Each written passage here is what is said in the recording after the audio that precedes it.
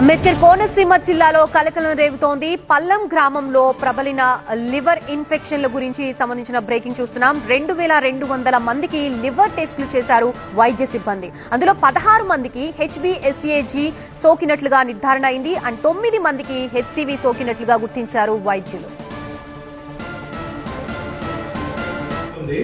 మామూలుగా ఉంటే లివర్ ఎలా ఉంటుందండి, ముందు లివర్ లో కొవ్వు చేరితే ఎలా ఉంటుంది, లివర్ గట్టి పట్టడం స్టార్ట్ అయితే ఈ విధంగా డ్యామేజ్ పెరుగుతూ ఉంటుంది స్టేజీల వారీగా.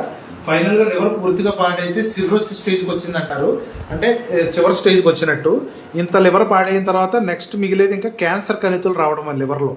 ఈ హెపటైటిస్ B, C ఈ 2 వైరస్లు లివర్లో ఒకసారికి వచ్చినాయి అంటే బయటికి ఏం సిమ్టమ్స్ చూపించకుండా ఇలా స్టేజీల వారీగా లివర్